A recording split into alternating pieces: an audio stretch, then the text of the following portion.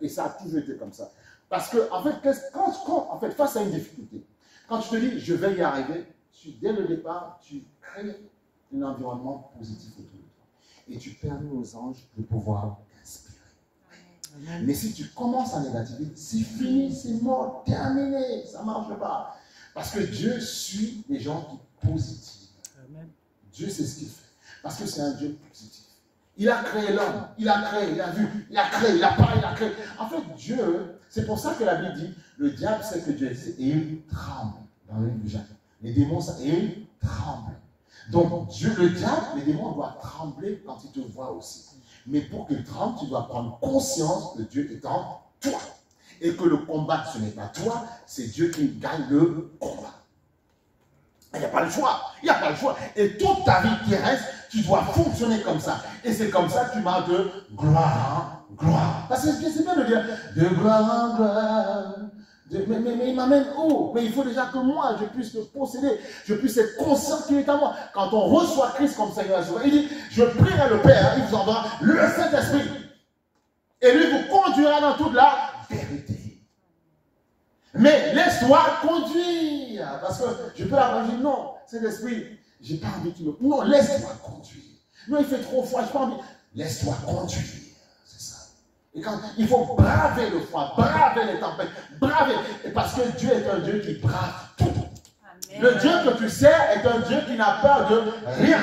Et il se fait un plaisir de vivre en toi. Le problème, c'est que parfois, nous ne triomphons pas parce que tu penses à ta petite vie. Tu penses à ceci. J'ai pas encore ci, j'ai pas encore ça. Mais il est temps en 2025 de dire, Seigneur, ok, c'est compliqué. J'ai compris que je suis né tout seul, que je partirai tout seul. Parce que même si on est dans une fratrie, parfois, on ne va pas partir au même moment. Hein. Parfois, ça part, mais tu pars tout seul. Tu es venu tout seul, tu partiras tout seul. Il y a même parfois des jumeaux, il y en a un qui part avant l'autre. Ah oui, c'est comme ça. Tu es venu tout seul, tu partiras tout seul. Donc, tu as été créé, tu as été mis dans une famille pour pouvoir, les dons, les talents que tu as, la communiquer à ta famille. Pour qu'il y ait la joie, la paix, voilà, la bienséance, et ces choses-là. Mais tôt ou tard, on dit l'homme quittera son père et sa mère et s'attachera à sa femme pour pouvoir bâtir aussi une famille. C'est ça. C'est pour ça que les mères, les pères, tout ça, quand vos enfants ont atteint un certain âge, il y a la maturité et c'est que c'est vraiment le temps. Maintenant, on peut vous demander des conseils. Il faut qu'ils doivent s'engager dans leur vie parce qu'ils sont solides, ils ont compris, et bien qu'ils y aillent. On les bénit et qu'ils fassent ça. Oui. Amen ou pas amen? Maintenant, il ne faut pas que ça se fasse dans la rébellion n'importe quoi parce qu'après c'est tout n'importe quoi. Mais il faut de toute façon, il faut qu'ils bâtissent leur vie. Et là, tu seras heureux. Amen. Parce que les parents, souvent, nous disons, on veut garder jusqu'à, je ne sais pas, tel ou tel âge. Et puis quand l'enfant ne fait rien de sa vie, on commence à critiquer l'enfant. On dit, t'es un nul, t'es un vaurien. Tu ne le dis pas, mais au fond de toi, tu le penses. Tu dis, mais qu'est-ce que j'ai fait? Mais c'est un raté. Non, il est raté parce que peut-être que tu l'as trop couvé aussi. Hein. Laisse-le partir à un certain âge. Voilà. Amen. Et il fera ta fierté, tu seras heureux, tu seras content. Tu dis, waouh, j'ai bien travaillé. Amen ou pas amen? Voilà. Et on va aller sur maintenant, tu vois, acte... pourquoi? On va aller sur... on va aller...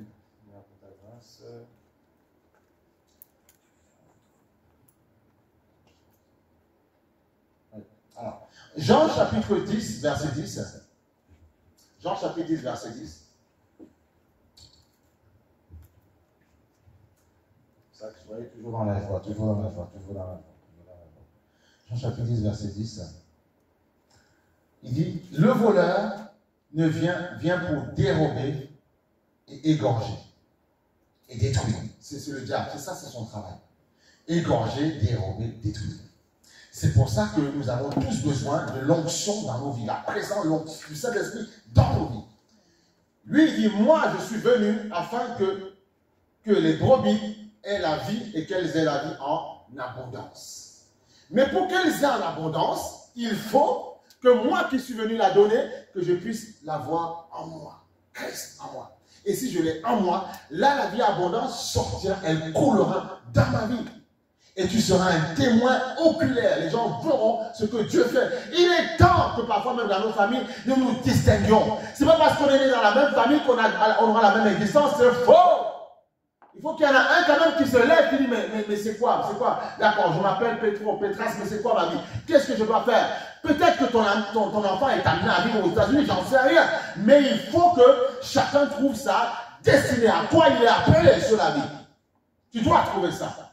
On doit, et le parent doit être le vecteur, la personne qui pousse justement l'enfant à ça. Tu dois être le précurseur, celui qui dit, je veux que mon enfant réussisse. Dans la première année, c'était comme ça, on bénissait, on dit, allez loin, allez où je ne suis pas allé, allez, là où j'ai eu des limitations, allez-y. Amen. Là où j'ai eu des limitations, allez-y. Alléluia. Allez-y où j'ai des limitations. Parfois l'ennemi vient pour nous créer des limitations.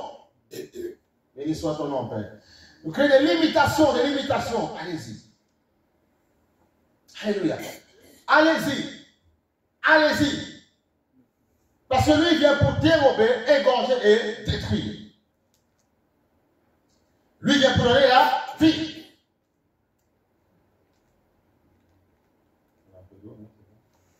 Donner la vie. Et qu'elle soit dans l'abondance. Parce que Dieu veut que tu sois dans l'abondance. L'abondance, ça veut dire ce que ça veut dire.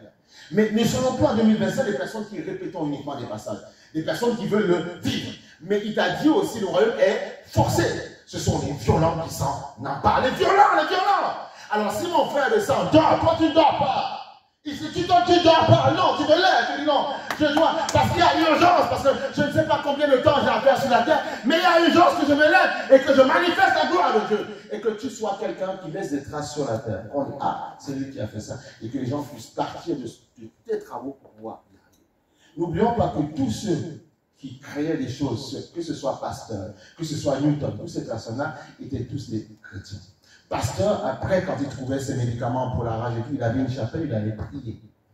Newton, dans son tiroir, avait une Bible et une Torah. Tous étaient des personnes qui croyaient en Dieu. Alors aujourd'hui, les pseudo-chercheurs aujourd'hui, ils inventent, mais sur les bases de travail de personnes qui croyaient. C'est ça. Eh oui. Il y en a un, comment il s'appelle, là, on parle souvent de lui qui a inventé la théorie de l'homme Big Bang. Là. Comment je dis son nom? Comment il s'appelle? Big Bang, tout ça. Hein? Ouais, Big Bang, non, bon, j'ai oublié. Enfin, comment? Le Big Bang, voilà. Celui qui a la théorie du Big Bang, voilà. Mais c'était un apprenti, comment on appelle ça? Un apprenti pasteur. Et dans son voyage, c'est là où tu vois comment l'ennemi peut détourner les personnes. Et dans son voyage, c'est là où il a commencé à, tu vois, l'ennemi a arraché sa cervelle, ses pensées. Il a commencé à dire, oui, mais on a été créé par le Big Bang, tu vois, un gros bruit, tu vois. Alors tu penses qu'un gros bruit est capable de créer des choses aussi intelligentes, les noirs, les blancs, les chinois, les dauphins? Non, c'est pas possible. Il y a forcément une intelligence suprême, supérieure qui a créé tout ça. Eh oui. C'est tellement bien coordonné. C'est tellement, chacun naturellement sait où sont ses limites.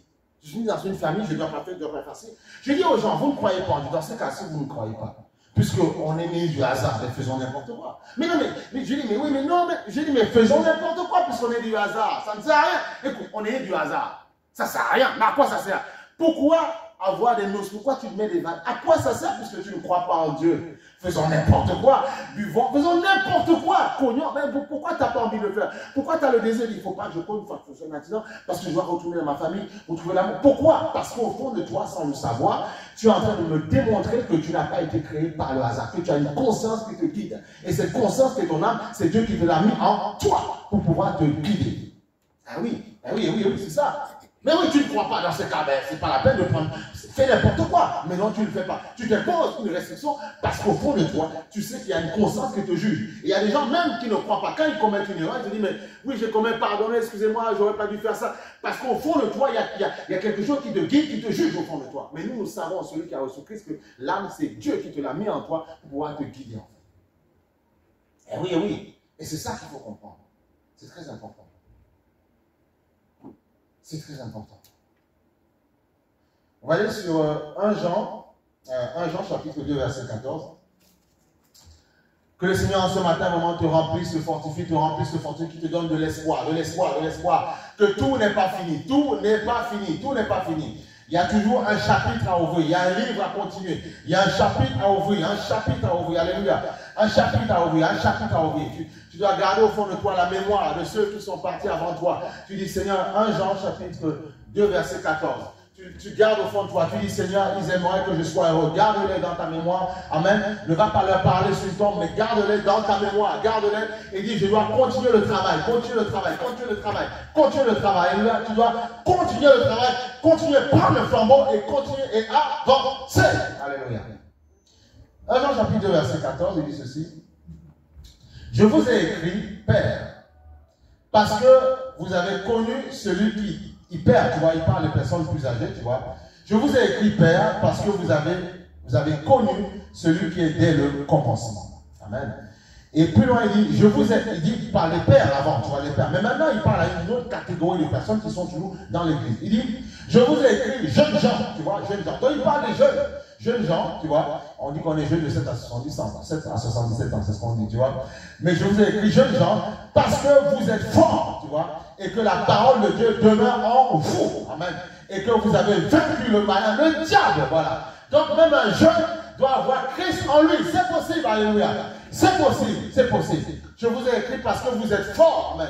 Parce que vous avez, et c'est pour ça, parce qu'un jeune, spirituellement, il peut, s'il s'accroche à Dieu, il va être fort, mais physiquement aussi, il est fort aussi, voilà.